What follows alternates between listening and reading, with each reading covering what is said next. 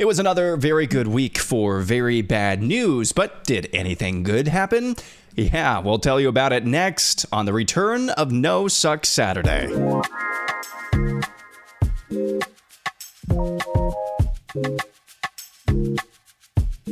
Welcome back to another edition of No Suck Saturday. We are finally back from maternity leave. Bella is over there giggling for some reason. I don't know why. I think she's just so happy to be back. Is that right, Bella?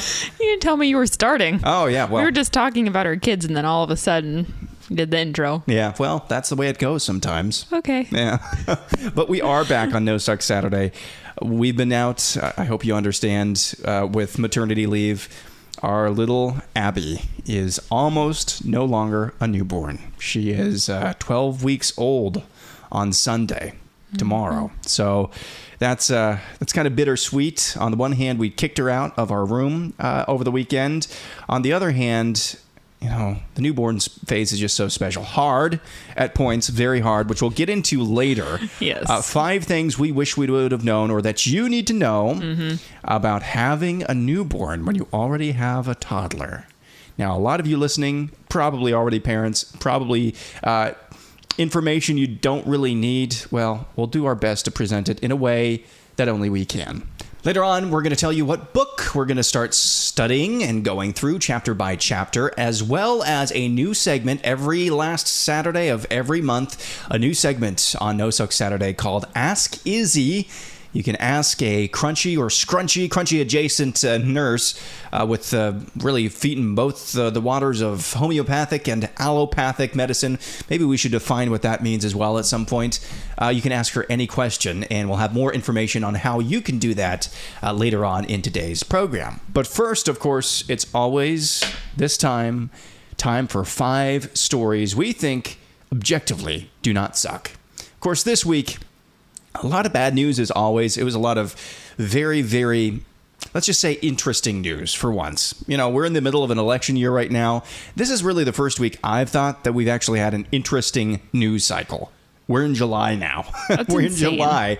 And the interest in this news cycle, of course, is of our president, whether or not he's going to drop out of his race for re-election. And I know we try not to get political here. I understand that. But my first good news, or at least funny story, is this. Do you remember in The Dark Knight when Heath Ledger's Joker is at that gala? Yes. And he's going around looking for Harvey Dent. And he tries to intimidate Rachel. Yes. And you've got that just droning, just evil music in the background as he's trying to intimidate Rachel. And he goes on this soliloquy about how his dad was a drinker and all of this. And you want to know how I got these scars on his face. Well, somebody dubbed that soundtrack with one Kamala Harris. Listen to this. Everything is in context. My mother she would give us a hard time sometimes, and she would say to us, I don't know what's wrong with you young people. You think you just fell out of a coconut tree? You exist in the context of all in which you live and what came before you. Round and round. All that's missing from Kamala Harris there is, you want to know how I got these scars. That's Exactly. basically all that's missing. I know that's not a good news story necessarily. It made me laugh really, really hard. Well, So yeah. I wanted to include it this morning. Yeah, I think that was a good one. I mean, Just anytime Kamala Harris talks, she's so cringy. It's almost uncanny, her resemblance, at least verbally, to the Joker. And I think that music is just perfect. What's your first good news story? all right. Well, mine is more of our traditional good news story. This is about a young man who had a stroke when he was in his 20s, which alone is very rare, but he had a even more rare complication called locked-in syndrome. Oh, wow. So that's where he basically has total muscle paralysis. Oh, man. And the only muscles he can move voluntarily are his eyes. And he decided to try and overcome his limitations and try and get his story out there to try and raise awareness for this condition. And so he used a software called Eye Gaze, and he wrote 50,000 words and wrote his first book. Wow. Without even using his hands. Nope. No hands, no toes, no nothing. It's just his eyes. It's just so the article I read showed where his eyes would just track at certain points to touch letters. So he's just touching each letter individually. Oh my goodness. Using his eye muscles. Obviously, this took a long Yeah. time. But what he's trying to do is he started a nonprofit foundation. And so he's trying to sell this book to raise awareness and raise some money for it, which is just really, really cool. I mean, just a way to turn a really crappy situation into, something potentially for good. And just incredible. Not keeping any of the proceeds for himself, trying to bring awareness to them. That's an incredible story. It's incredible because, that situation in and of itself, that would force or at least suggest, at least encourage so 99% of people, if they had locked-in syndrome, that would cause many people to just shut it down. I'm done. Yeah. I'm done with life. But he didn't let that stop him. That's an amazing story. Yeah, very cool. If you want to look at his story more, you can go to his website, lockedintrust.co.uk, and it has a really nice biography, and you can donate, and then that's where he's going to eventually sell his book. Lockedintrust.co.uk. Yes. Wow, that's cool. Well, this is a story that I came across on X the other day. It was one of those algorithm things that showed up in my feed, even though nobody involved I'm actually following. And it's somebody quote tweeting this post from one Lucy Huber, who posted a screenshot of an Instagram comment. Did you see this? I follow her. And yes, I have seen this. Who posted this Instagram comment from a user named I'm Here for Social Justice. Enough said. This comment from this Instagram account said, traveling with a baby needs to have additional charges and approval from doctor that the baby won't cry. If the baby cries, then penalties and charges need to be applied to the parent or family for the inconvenience they caused to others who don't have babies. Have you ever been around a baby before? That's my question. Babies cry. Yes. You have no control over it sometimes. Yes. And my question is, what is a doctor's note going to do? Yeah. You got prescribed the kind of baby that doesn't cry. Yeah. I mean, what planet do these people live on? Exactly. Like, if that's your problem, go get a private jet because you should probably not be around people. That's scary, honestly. Yeah. Sociopathic. Well, this one ex-user named Celia quote tweeted that post with her story, her experience of traveling. Did you see this as well? I did. Yes. I thought this was an amazing story. Celia said, when my daughter was 18 months old, we went on a flight together. She cried nonstop. I was anxious, overwhelmed, and pregnant with twins. I didn't know yet, but I was sick. Utterly defeated, I started crying when I couldn't calm my toddler. And suddenly, a man wearing a business suit asked if he could hold her. He sang songs and walked back and forth on the plane for almost an hour. He had the first iPad I'd ever seen and started playing The Lion King for her. In short, he was an angel who chose kindness rather than rebuking me for being unable to calm my own child. Flying with children is already hard enough. I can't imagine thinking a penalty for a crying baby should be enforced. I thought that was a really cool story. I love that so much. Who knows where that guy is, if he's still alive now. Yeah. Just common kindness and the boldness as well to say, hey, I can hold your baby for you if you want. Exactly. That's just an amazing story. And in the midst of just a lot of stories of man's inhumanity to man, it's always good when these little, even an anecdotal story like this gets shared, because it really does matter. It's good for us. It's good for the soul to hear other people who don't just hate your guts. Exactly. Other people who are just seeing the humanity in other people. It's amazing. It was. Well, and I don't know if you looked through the thread much, but there were a bunch of other replies from people who had similar experiences. And there was another one from a mom who was adopting kids from Russia. Oh, wow. And talked about how they were crying on the flight, and they had several people that offered to hold them or play with them or occupy them. And it's just... That's awesome. Yeah, I love that. For every, Instagram user named I'm Here for Social Justice, boy, I hope there's at least 2 or 3 more who are kind of reflecting the stories that you just said. What's your next story? All right. Well, now that we just had a nice feel-good one, I got a weird one. Good. All right.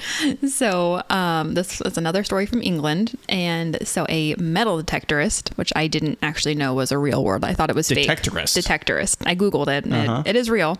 But he obtained permission from a dairy farmer's son to look around the land for coins. And while he was out in the field, he found an old Rolex watch. Oh, wow. Well, it turns out that the watch belonged to the farmer who lost it back in the 1970s while he was tending to his cows. And they surmised that it must have fallen in the grass. A cow ate it, ended up in a cow pie, and then landed back in the soil. And so, he got his watch back. Wow. All these years later. He's not going to repair it because it was going to cost a lot of money, but he said he's going to keep it as a keepsake. Or alternatively, Yes. this happened in the UK. Yeah. It could be a Horcrux. Oh, that's a good point. In that case, maybe this is not as feel good of a story as you thought. Yeah, I thought this was just a nice cow story. Whoops. A nice cow pie story. Well, I don't know about you, but from my vantage point, it seems like Olympic athletes, even beyond the run-of-the-mill professional athletes, seem to have a more woke bent than what I just said. The average professional athlete in a team sport, domestic team sport here in the United States, which is why it's really cool when you hear athletes in the Olympics shirk that stereotype, at least the stereotype I have in my mind.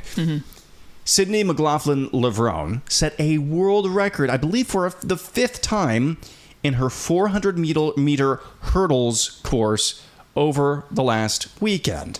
After she completed her race, here's what she had to say. When you saw the clock, we saw the look on your face, but just tell us what went through your mind. Another world record. Honestly, praise God. I was not expecting that, but he can do anything. Anything is possible in Christ. So, yeah, I'm just amazed, baffled, and in shock. That's really cool. Yeah. And I always love to hear athletes actually, for a lot of them, it's reflexive. But even reflexive, that's a good thing. Giving thanks to their God. But she even name drops our Savior, Jesus Christ, in there as well.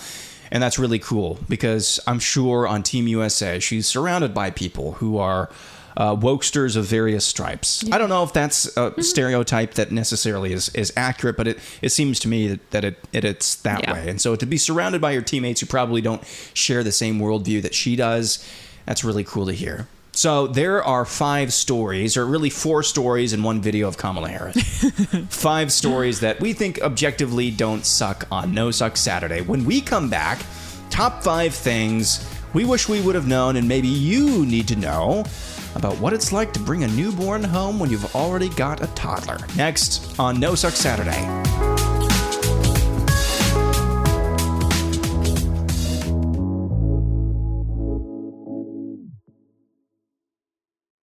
All right, back here on No Suck Saturday. 5 things you need to know. Whomever you are, whichever is the correct use of that word. 5 things you might need to know about bringing a newborn home when you already have a toddler. Now, I thought the first time with Ben, that was a learning curve. Okay? A very steep one. A very steep one when it comes to babies. Each kid has its own... its own little personality, its own little problems, sometimes own little way they go about themselves. I do still think that baby-wise, learning all that stuff, steeper curve with Ben than it's been with Abby. But parenting-wise, steeper curve with Abby than it was with Ben. Oh, for sure. So with that in mind, Bella, you have compiled, I don't know what these are. Yep. We've talked about all of these, I'm sure, in passing with each other. But you've compiled 5 things everybody needs to know about bringing a newborn home when you've already got a toddler. What's the first one? All right. The first one is expect the unexpected. Expect the unexpected. What could you possibly be talking about other than a week after we got Abby home, Ben broke his leg. Yep. Okay. She was having issues that first week as well, which resolved on their own. Yep. You were having some issues as well. Yeah, I got an eye infection. Eye infection. And let's see. A little while later, Ben had a concussion. Yep. Like a legit concussion. If you watch The Office, Dwight Schrute, that episode where Dwight has a concussion, the exact same symptoms. It was like Ben's... You know that scene where Dwight is renaming the folder on his computer and it's just Dwight. Yeah. That was Ben's brain, except Dominic the Donkey. Everything was Dominic the Donkey that night. He loves that song. It's an old Christmas song. And I don't know why, but that's all he was thinking about only difference between him and Dwight is Dwight was like really nice and fun with Pam. True. Ben was just mean. Yeah, very mean. Mean and single-minded. Yeah, so those are the things that stick out to me as far as expecting the unexpected. Yeah. Oh, everybody got sick as well. Including Abby. Yeah, including Abby. So that was just the first 7 weeks, 8 weeks, Yeah. wasn't it? Yeah. So Please let that be the since end. then, since the sickness, seems like everybody's. Oh, I got doing a speeding better. ticket, Oh, too. you got a speeding ticket. That was the For cherry going on like top. barely 5 You over. were going 69 and a 65, and you got Correct. like a $90 speeding ticket. I sure did. Yep. And Despite the fact that you have a fuzzbuster.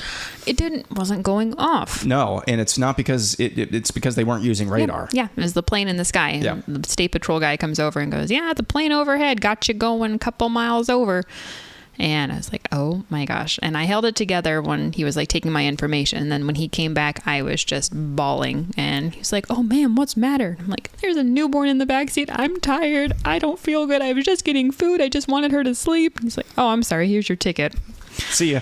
All right, thanks a lot. Yeah, So yeah, that was. that was fun. Nobody told us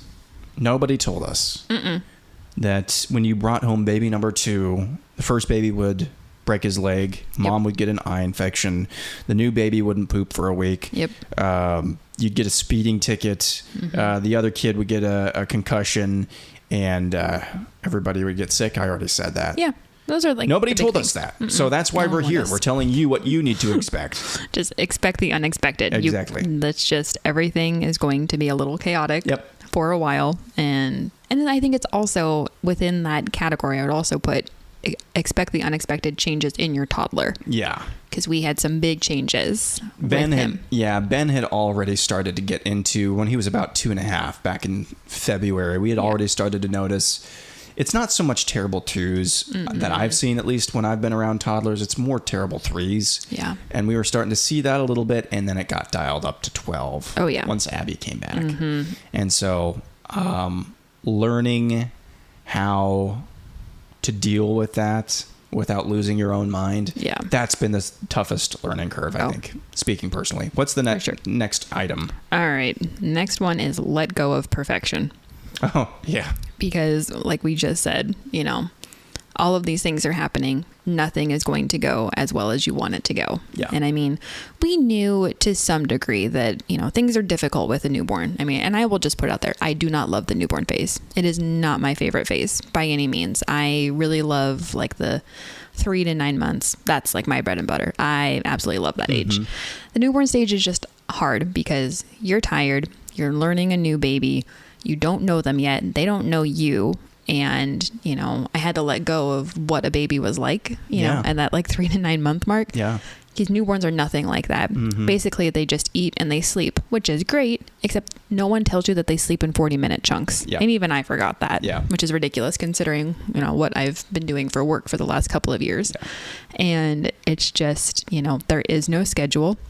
And that's the hardest thing. And it's hard for the toddler too, because they love schedules. They Yep. love routine. Have to have it. Yes. And that was tough for Ben because he was used to, we get up, we eat breakfast, we go and do fun things. And instead we're stuck here in the house because, baby has to sleep. Baby is eating, and, trying to avoid baby getting sick, although we didn't do a super great job at that, but Yeah, the mantra for the newborn phase, when it comes to that newborn, is diapers changed, fed, warm. yep. What's the fourth thing? We always say there's 3 things. They're fed, Fed, they're changed.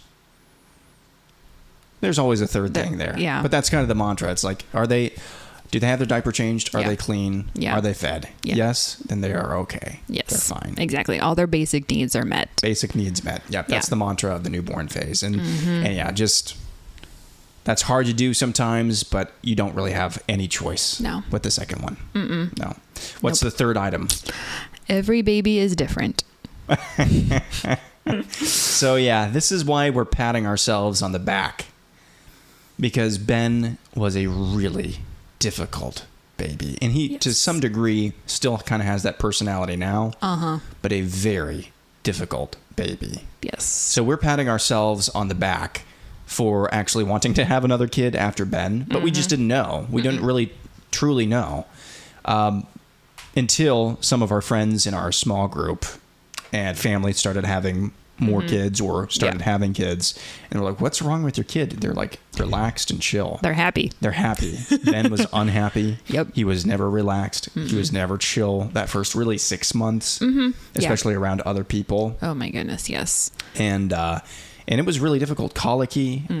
We didn't know what we were doing as far as sleep, but he also just hated sleep He did. well when he was a newborn, which is really weird. And we did kind of a gentle sleep, I don't call it sleep training, but just like sleep practice with him, which was, using a swaddle, following wake windows, and it worked okay. But I think he's what they call a reactive baby, where it's just everything is overstimulating for him. I think he even gets that way a little bit as a toddler sometimes too. Yeah. But he was just very fussy, clingy, and it really, like you said, it wasn't until like that 5 to 6 month mark, which I think that's when their sleep kind of consolidates.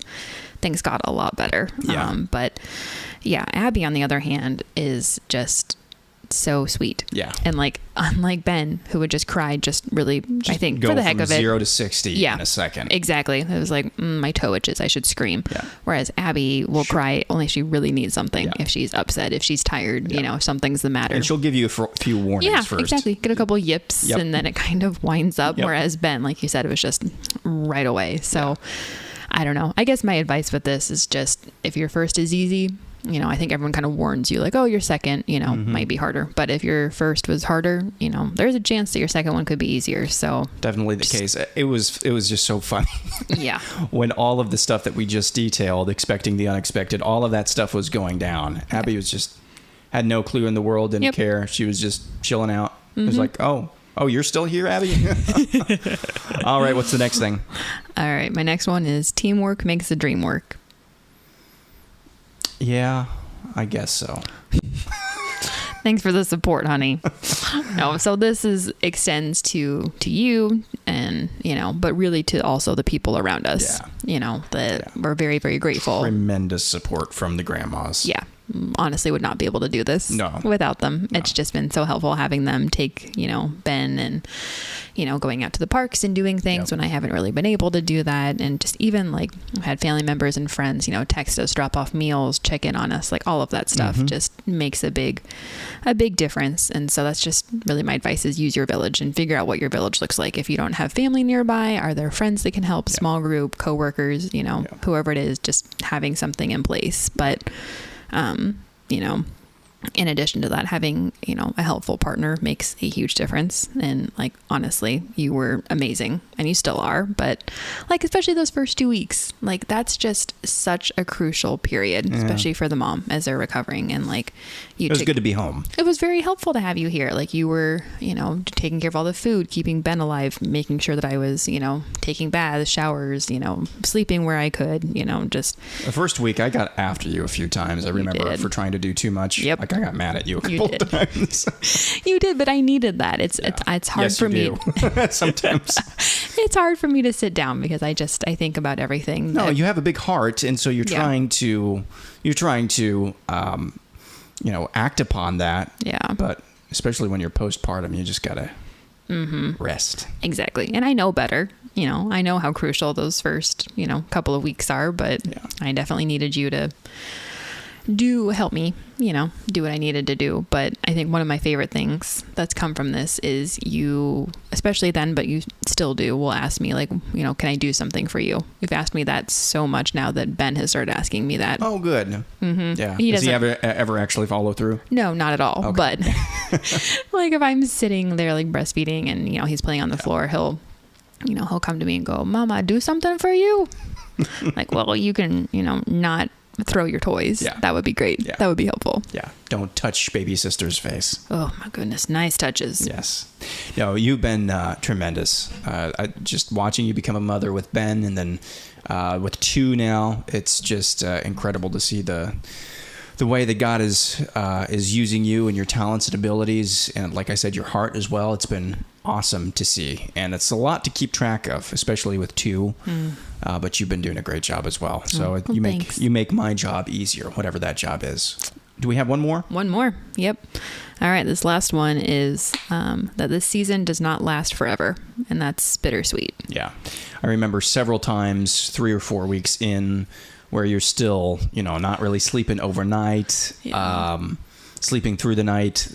Naps are still really iffy, like all day long. Yep. And you just have to wear the baby. And I'm trying to do as much as I can to help, but obviously newborns are partial to their mom. Yeah. Yep. They want the food. Trying to do as much. And I just remember a couple of times we just looked at each other and I said, this would have been in, early May. And I said, hey, in like 3 or 4 weeks, we're going to be sitting out on the deck. Yep. Watching On Patrol Live. It's going to be nice and hot outside. Watching On Patrol Live. I'll have a White Claw. Yep. Reading my college football magazines on a weekend. And it seems like so far away. It seems like it's never going to happen. But now that we're pretty much through the newborn phase, that's what has happened. And everybody has a routine now. Yep. Even Abby. She does have a routine. She has things that she follows, kind of a rhythm, I guess I should say. Yeah, more of a rhythm than a routine. So, it doesn't last forever. It feels like it does, but it does not last forever. So, if you are a new parent, all 3 dozen of you who subscribe, no, it's more than 3 dozen. There's dozens of us.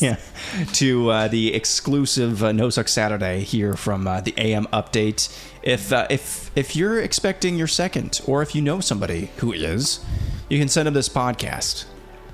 Or maybe we just made it entertaining. I don't know. Just glad you're here regardless. We'll be back with our question of the week next.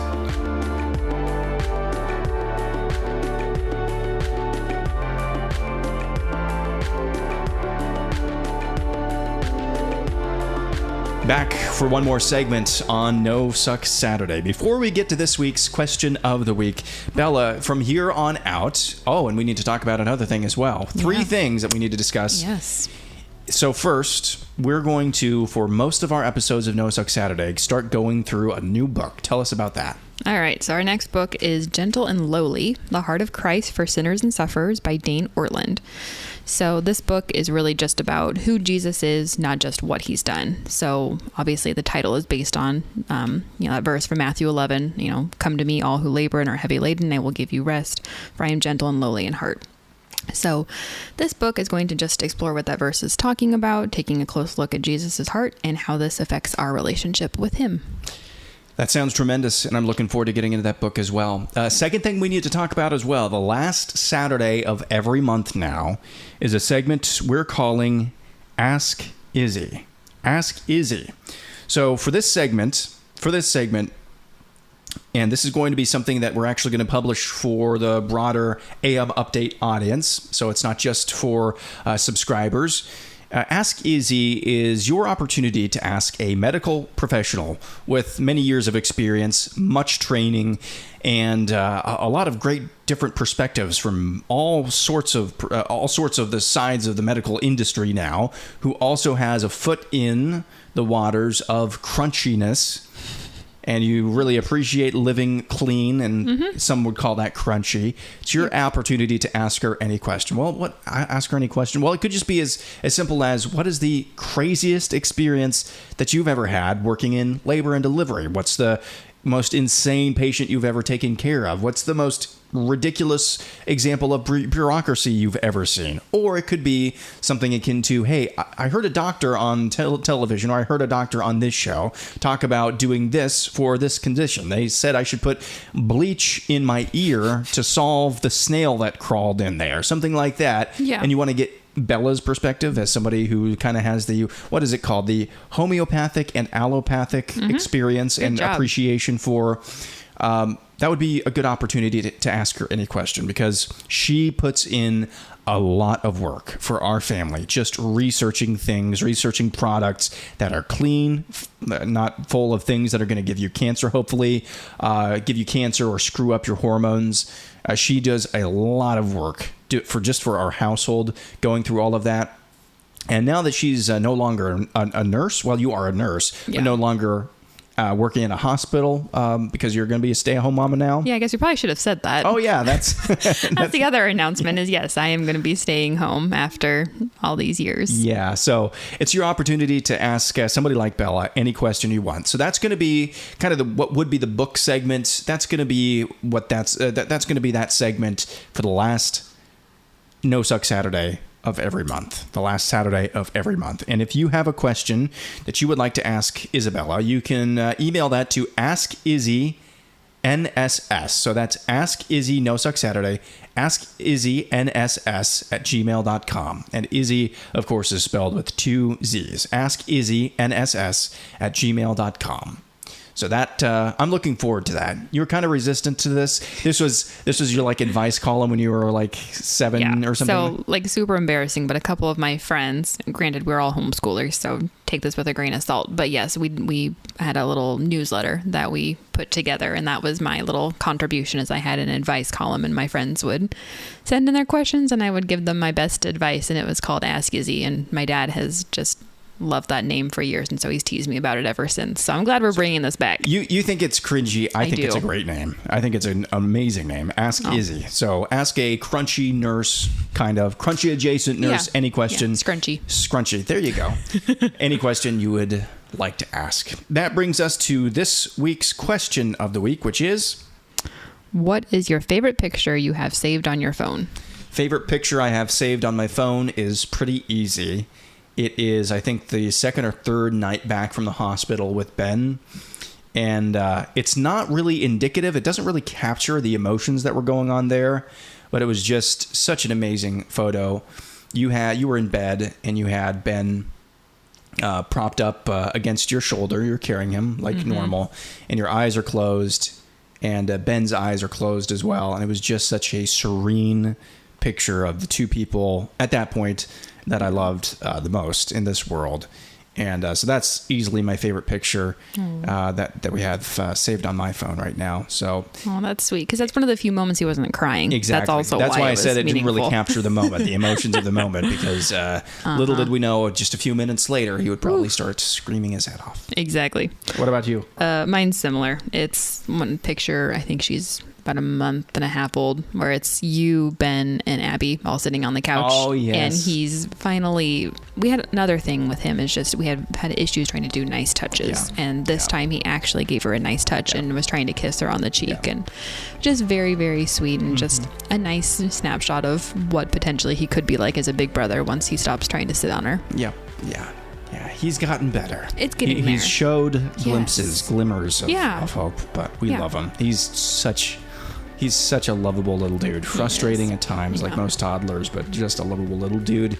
We love him, and we love you for listening to this first episode back of No Sucks Saturday. Thank you so much for listening. Thank you so much for subscribing at the $5 a month level. For all of our exclusive Apple Podcast subscribers. No Sucks Saturday. We'll be back at it again, hopefully this time next week.